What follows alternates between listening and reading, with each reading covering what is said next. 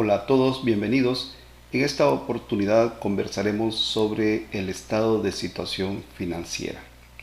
Este estado financiero es el que provee la información relacionada a los activos, pasivos y patrimonios de una entidad a una fecha específica, es decir, acumulado a una fecha determinada. En este es uno de los estados financieros dinámicos, es decir, va evolucionando conforme va evolucionando la entidad. Como mínimo, este estado financiero va a presentar una serie de información precisamente en el concepto de los bienes que son controlados, y podríamos hablar precisamente del efectivo y equivalentes de efectivo, en el que vamos a tomar las opciones para el registro de la caja, para el registro de la caja chica, para el registro de lo que se cuenta en el banco, y en algunas oportunidades incluso podríamos hablar de ciertas inversiones de poca monta o ciertas inversiones de corto plazo que pueden ser tomados como efectivo y equivalentes de efectivo. Hablemos de deudores comerciales y otras cuentas por cobrar. Recordemos que en este estado financiero establecemos el control requerido para este tipo de cuentas, acumulándolas principalmente en el otorgamiento de créditos que vamos a ir realizando. Activos financieros. Cuando estamos hablando de activos financieros, estamos hablando de instrumentos financieros que nos permiten hacer inversiones temporales, como por ejemplo la inversión en bonos, la inversión en certificados a plazo, la inversión en acciones preferentes, que son todas estas de renta fija, son instrumentos financieros de renta fija. También podemos hablar de los inventarios, los cuales pues podríamos tener ya sea para la venta, las materias primas que vamos a necesitar para la producción. Vamos a tener también dentro de los inventarios el producto terminado que ya está dispuesto para la venta. En la propiedad, planta y equipo vamos a tomar en consideración todas las inversiones en activo fijo que realicemos.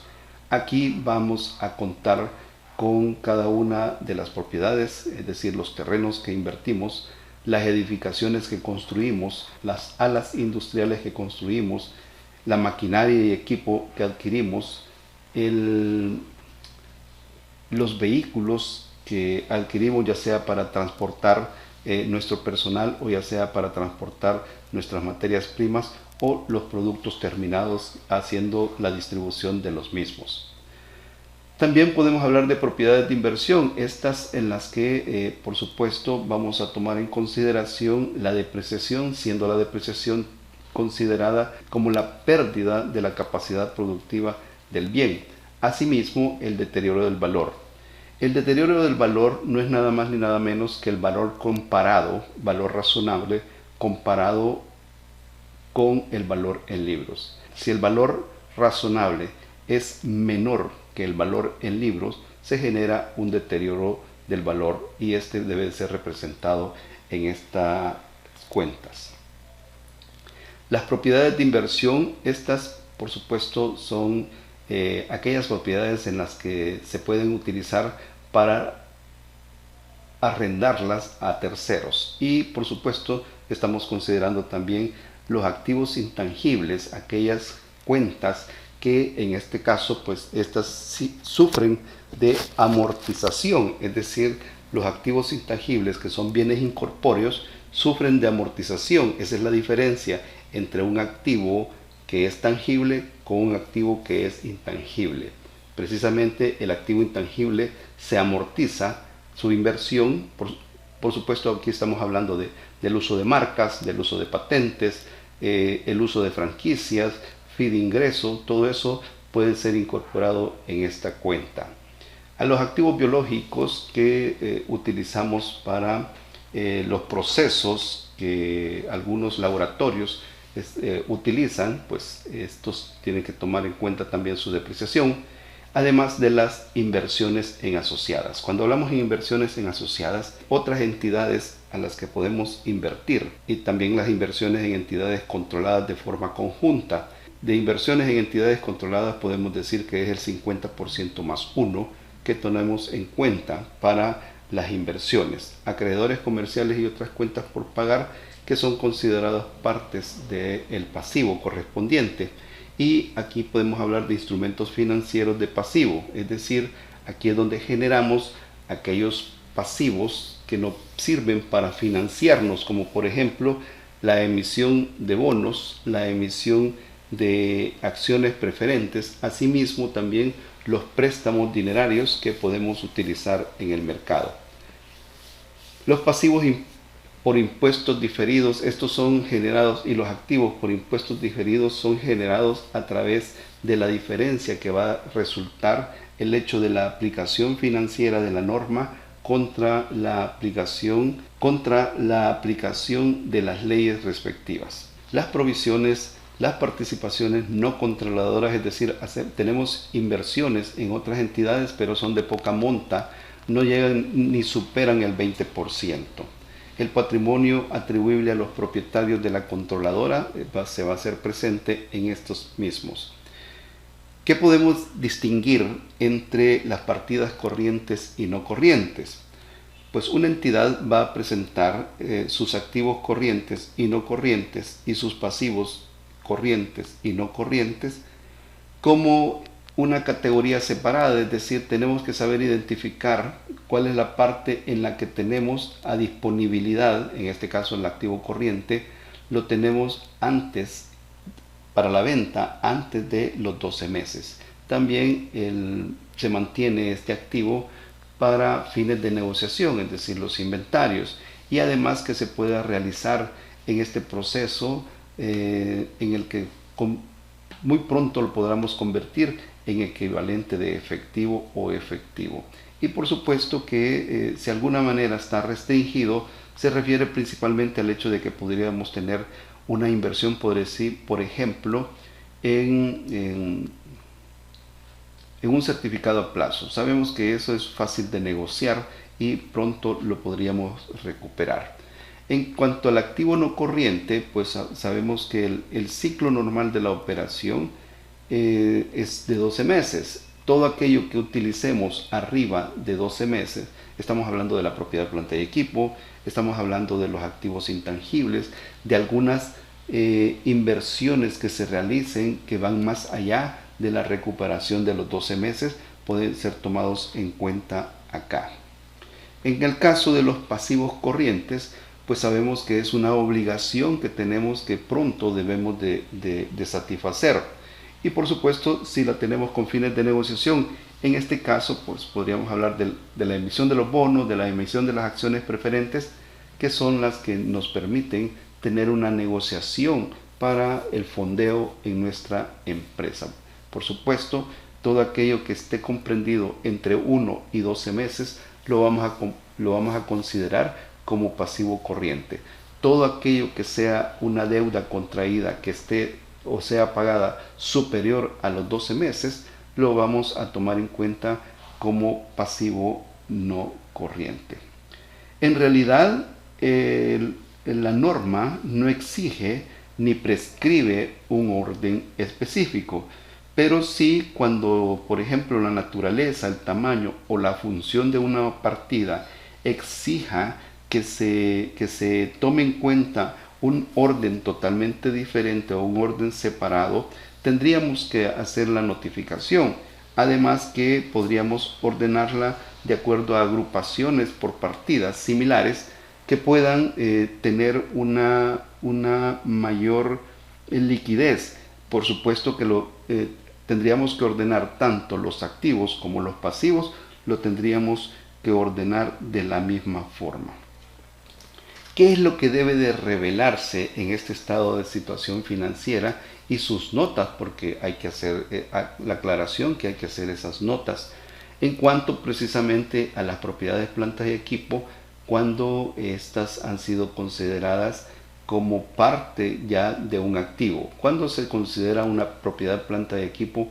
como parte de un activo, cuando ya está listo para su uso y cuando ya está colocada en el lugar donde se va a activar la operación de la misma. Asimismo, los deudores comerciales y otras cuentas por cobrar, principalmente cuando hay partes relacionadas, tendríamos que hacer el enfoque y revelar esa información. Recordémonos que si tenemos operaciones con asociadas, tenemos operaciones con subsidiarias, vamos a tener partes relacionadas.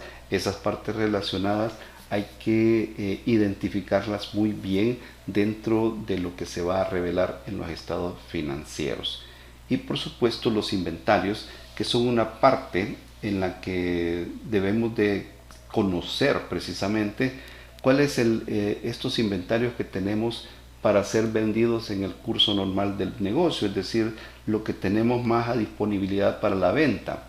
También podemos hablar de lo que está en el proceso de producción, es decir, aquellos productos que están en proceso, que aún no ha llegado a la parte de producto terminado, pero que ya tienen una acumulación del proceso productivo y que nos va a permitir precisamente conocer los montos que han sido invertidos en este producto.